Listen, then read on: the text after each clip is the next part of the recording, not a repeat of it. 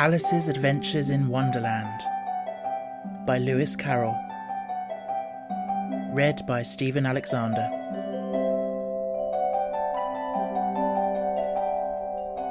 A Caucus race and a long tail. They were indeed a queer-looking party that assembled on the bank. The birds with draggled feathers, the animals with their fur clinging close to them, and all dripping wet, cross and uncomfortable. The first question, of course, was how to get dry again. They had a consultation about this, and after a few minutes it seemed quite natural to Alice to find herself talking familiarly with them as if she had known them all her life. Indeed, she had quite a long argument with the Lorry, who at last turned sulky and would only say, "I am older than you, and must know better." And this Alice would not allow without knowing how old it was, and as the Lorry positively refused to tell its age, there was no more to be said.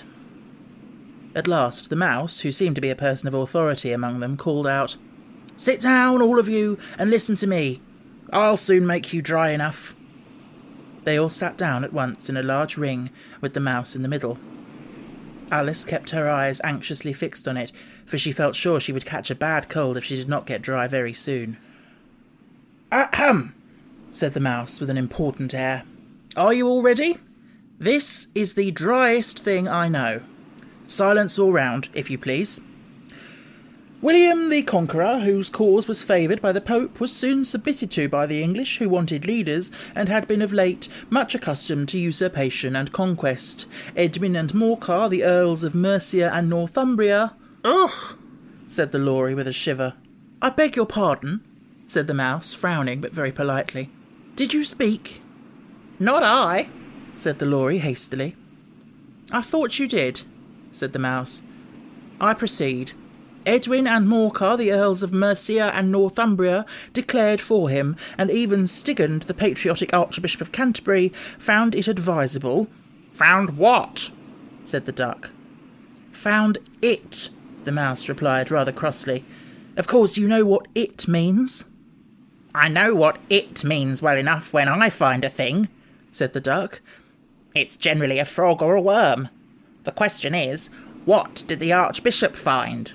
The Mouse did not notice this question, but hurriedly went on.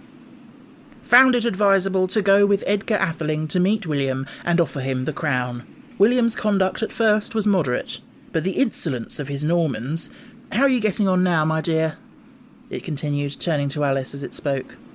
"As wet as ever," said Alice in a melancholy tone. "It doesn't seem to dry me at all." "In that case," said the Dodo solemnly, rising to its feet, "I move that the meeting adjourn for the immediate adoption of more energetic remedies." "Speak English," said the Eaglet. "I don't know the meaning of half those long words, and what's more, I don't believe you do either." And the Eaglet bent down its head to hide a smile. Some of the other birds tittered audibly. "What I was going to say," said the Dodo in an offended tone, "was that the best thing to get us dry would be a Caucus race." "What is a Caucus race?" said Alice. Not that she wanted much to know, but the Dodo had paused as if it thought that somebody ought to speak, and no one else seemed inclined to say anything. "Why," said the Dodo, "the best way to explain it is to do it. And, as you might like to try the thing yourself some winter day, I will tell you how the Dodo managed it. First, it marked out a racecourse in a sort of circle. The exact shape doesn't matter, it said. And then all the party were placed along the course here and there. There was no 1, 2, 3 and away, but they began running when they liked, and left off when they liked, so that it was not easy to know when the race was over. However, when they had been running half an hour or so, and were quite dry again, the Dodo suddenly called out, "The race is over!" And they all crowded round it, panting and asking, "But who has won?" This question the Dodo could not answer without a great deal of thought, and it sat for a long time with one finger pressed upon its forehead, the position in which you usually see Shakespeare in the pictures of him, while the rest waited in silence. At last the Dodo said, "Everybody has won, and all must have prizes." "But who is to give the prizes?" quite a chorus of voices asked. "Why, she, of course," said the Dodo, pointing to Alice with one finger, and the whole party at once crowded round her, calling out in a confused way, "Prizes! Prizes!" Alice had no idea what to do, and in despair she put her hand in her pocket and pulled out a box of comfits. Luckily the salt water had not got into it, and handed them round as prizes. There was exactly one apiece all round. "But she must have a prize herself, you know," said the Mouse. "Of course," the Dodo replied very gravely. "What else have you got in your pocket?" he went on, turning to Alice. "Only a thimble," said Alice sadly. "Hand it over here," said the Dodo. Then they all crowded round her once more, while the Dodo solemnly presented the thimble, saying, "We beg your acceptance of this elegant thimble." And when it had finished this short speech, they all cheered. Alice thought the whole thing very absurd, but they all looked so grave that she did not dare to laugh. And as she could not think of anything to say, she simply bowed and took the thimble, looking as solemn as she could. The next thing was to eat the comfits. This caused some noise and confusion, as the large birds complained that they could not taste theirs, and the small ones choked and had to be patted on the back. However, it was over at last, and they sat down again in a ring and begged the Mouse to tell them something more. "You'll promise to tell me your history, you know," said Alice, "and why it is you hate C and D," she added in a whisper, half afraid that it would be offended again. "Mine is a long and sad tale," said the Mouse, turning to Alice and sighing. "It is a long tale, certainly," said Alice, looking down with wonder at the Mouse's tail. "But why do you call it sad?" And she kept on puzzling about it while the Mouse was speaking. "You are not attending," said the Mouse to Alice severely. "What are you thinking of?" "I beg your pardon," said Alice very humbly. "You had got to the fifth bend, I think." "I had not!" cried the Mouse sharply and very angrily. "A knot?" said Alice, always ready to make herself useful and looking anxiously about her. "Oh, do let me help to undo it." "I shall do nothing of the sort," said the Mouse, getting up and walking away. "You insult me by talking such nonsense." "I didn't mean it," pleaded poor Alice. "But you're so easily offended, you know." The Mouse only growled in reply. "Please come back and finish your story," Alice called after it, and the others all joined in chorus. "Yes, please do." But the Mouse only shook its head impatiently and walked a little quicker. "What a pity it wouldn't stay," sighed the Lory, as soon as it was quite out of sight, and an old crab took the opportunity of saying to her daughter, "Ah, my dear, let this be a lesson to you never to lose your temper." "Hold your tongue, Ma," said the young crab a little snappishly. "You're enough to try the patience of an oyster." "I wish I had our Dinah here, I know I do," said Alice aloud, addressing nobody in particular. "She'd soon fetch it back." "And who is Dinah, if I might venture to ask the question?" said the Lory. Alice replied eagerly, for she was always ready to talk about her pet. "Dinah's our cat, and she's such a capital one for catching mice you can't think. And oh, I wish you could see her after the birds. Why, she'll eat a little bird as soon as look at it." This speech caused a remarkable sensation among the party. Some of the birds hurried off at once. One old magpie began wrapping itself up very carefully, remarking, "I really must be getting home. The night air doesn't suit my throat." And a canary called out in a trembling voice to its children, "Come away, my dears. It's high time you were all in bed." On various pretexts they all moved off, and Alice was soon left alone. "I wish I hadn't mentioned Dinah," she said to herself in a melancholy tone. "Nobody seems to like her down here, and I'm sure she's the best cat in the world. Oh, my dear Dinah, I wonder if I shall ever see you any more." And here poor Alice began to cry again, for she felt very lonely and low-spirited. In a little while, however, she again heard a little pattering of footsteps in the distance, and she looked up eagerly, half hoping that the Mouse had changed his mind and was coming back to finish his story.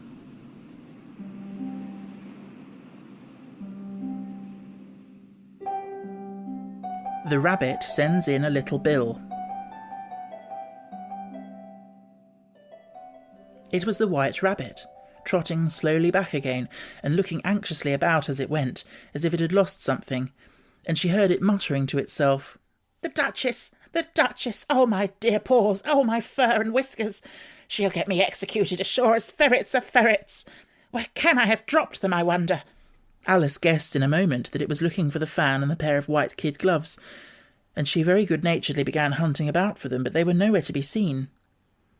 Everything seemed to have changed since her swim in the pool, and the great hall with its glass table and the little door had vanished completely. Very soon the rabbit noticed Alice as she went hunting about, and called out to her in an angry tone, "Why, Mary Ann, what are you doing out here?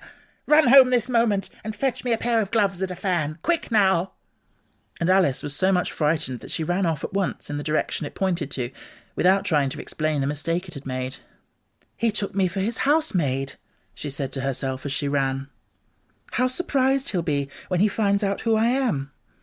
But I'd better take him his fan and gloves. That is, if I can find them." As she said this, she came upon a neat little house, on the door of which was a bright brass plate with the name W. Rabbit engraved upon it. She went in without knocking, and hurried upstairs in great fear lest she should meet the real Mary Ann, and be turned out of the house before she had found the fan and gloves. "How queer it seems," Alice said to herself, "to be going messages for a rabbit. I suppose Dinah will be sending me on messages next." And she began fancying the sort of thing that would happen. "Miss Alice, come here directly and get ready for your walk." "Coming in a minute, nurse, but I've got to watch this mouse hole till Dinah comes back and see that the mouse doesn't get out."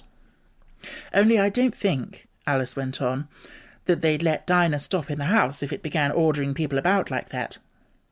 By this time she had found her way into a tidy little room with a table in the window, and on it, as she had hoped, a fan and 2 or 3 pairs of tiny white kid gloves. She took up the fan and a pair of the gloves, and was just going to leave the room when her eye fell upon a little bottle that stood near the looking-glass.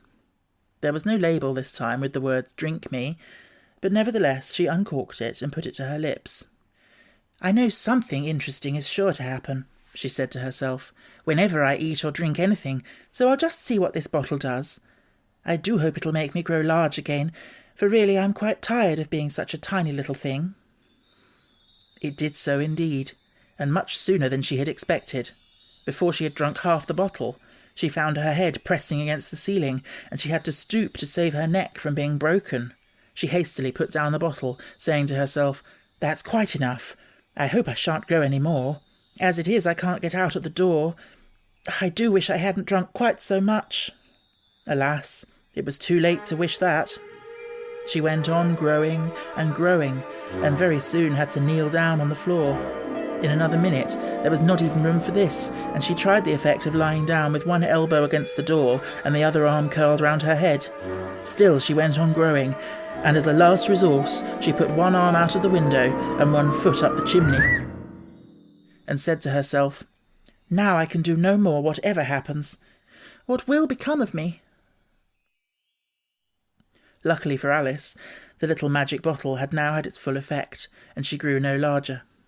Still, it was very uncomfortable, and as there seemed to be no sort of chance of her ever getting out of the room again, no wonder she felt unhappy.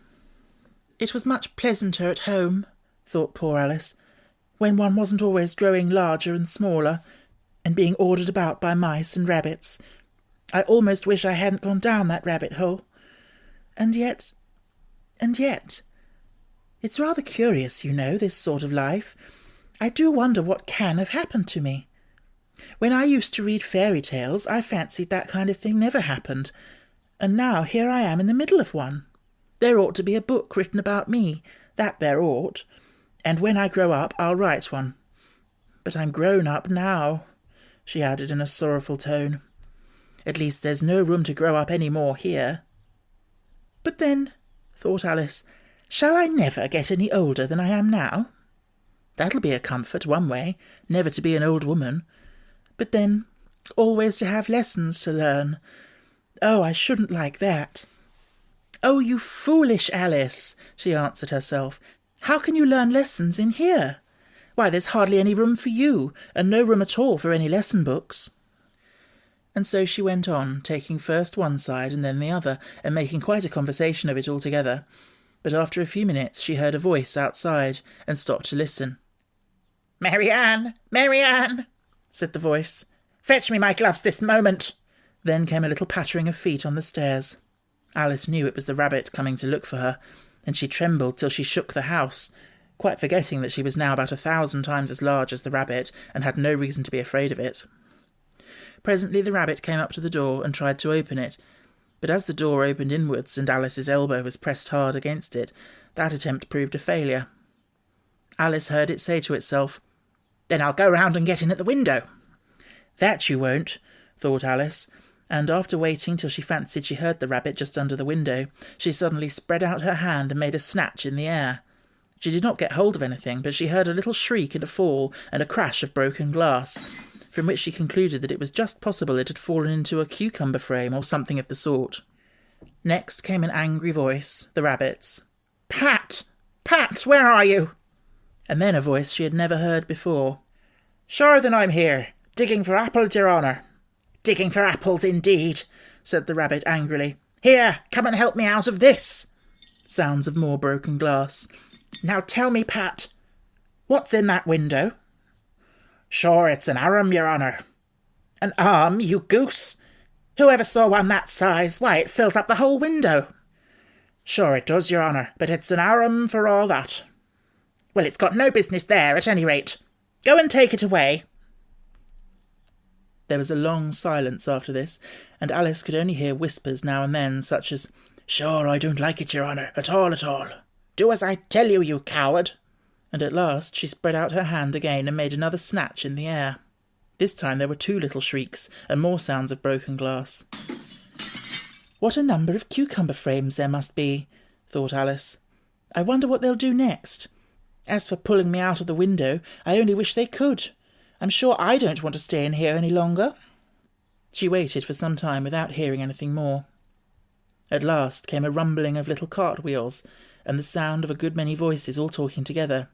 She made out the words, "Where's the other ladder? Why, I had to bring but one. Bill's got the other. Bill, fetch it here, lad. Here, put 'em up at this corner. No, tie 'em together first. They don't reach half high enough yet. Oh, they'll do well enough. Don't be particular. Here, Bill, catch hold of this rope. Will the roof bear? Mind that loose slate. Oh, it's coming down. Heads below." A loud crash. "Now, who did that?" "It was Bill, I fancy." "Who's to go down the chimney?" "Nay, I shan't. You do it."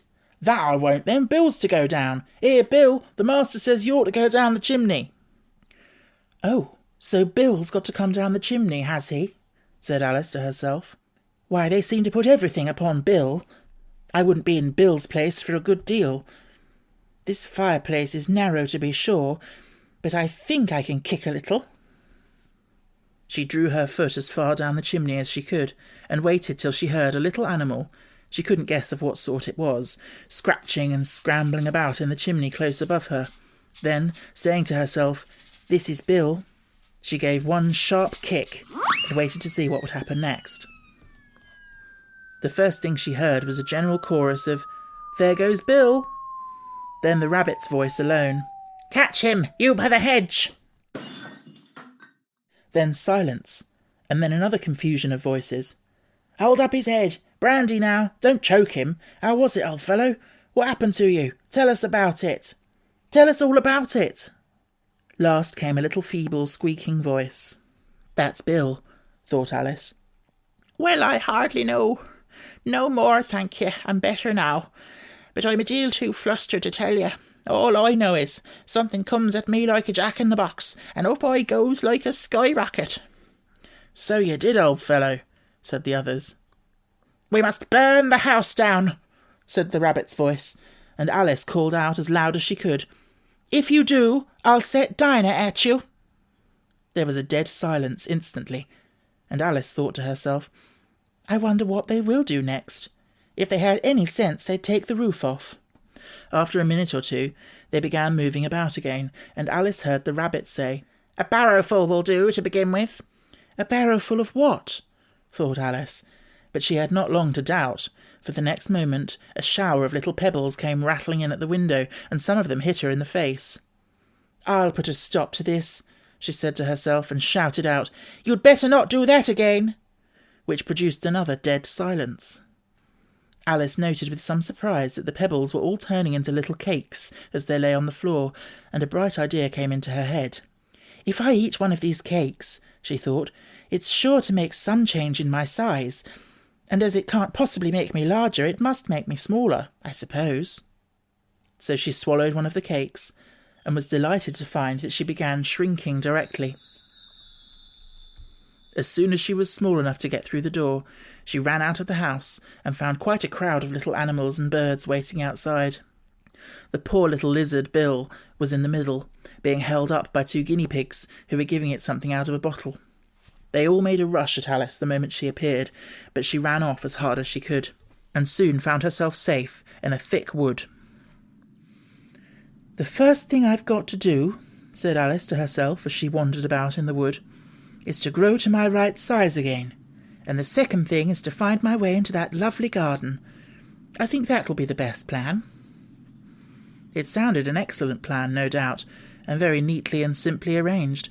The only difficulty was that she had not the smallest idea how to set about it, and while she was peering about anxiously among the trees, a little sharp bark just over her head made her look up in a great hurry. An enormous puppy was looking down at her with large round eyes, and feebly stretching out one paw trying to touch her. "Poor little thing," said Alice in a coaxing tone, and she tried hard to whistle to it, but she was terribly frightened all the time at the thought that it might be hungry, in which case it would be very likely to eat her up, in spite of all her coaxing. Hardly knowing what she did, she picked up a little bit of stick and held it out to the puppy, whereupon the puppy jumped into the air, off all 4 of its feet at once, with a yelp of delight, and rushed at the stick, and made believe to worry it. Then Alice dodged behind a great thistle to keep herself from being run over, and the moment she appeared on the other side, the puppy made another rush at the stick, and tumbled head over heels in its hurry to get hold of it. Then Alice, thinking it was very like having a game of play with a cart horse, and expecting every moment to be trampled under its feet, ran round the thistle again. Then the puppy began a series of short charges at the stick, running a very little way forwards each time, and a long way back, and barking hoarsely all the while, till at last it sat down a good way off, panting, with its tongue hanging out of its mouth, and its great eyes half shut. This seemed to Alice a good opportunity for making her escape, so she set off at once, and ran till she was quite tired and out of breath, until the puppy's bark sounded quite faint in the distance. "And yet what a dear little puppy it was," said Alice, as she leant against the buttercup to rest herself, and fanned herself with one of the leaves. "I should have liked teaching it tricks very much, if I'd only been the right size to do it. Oh dear, I'd nearly forgotten that I've got to grow up again. Let me see, how is it to be managed? I suppose I ought to eat or drink something or other, but the great question is, what?" The great question certainly was, what? Alice looked all round her at the flowers and the blades of grass, but she could not see anything that looked like the right thing to eat or drink under the circumstances. There was a large mushroom growing near her, about the same height as herself, and when she had looked under it, and on both sides of it, and behind it, it occurred to her that she might as well look and see what was on the top of it.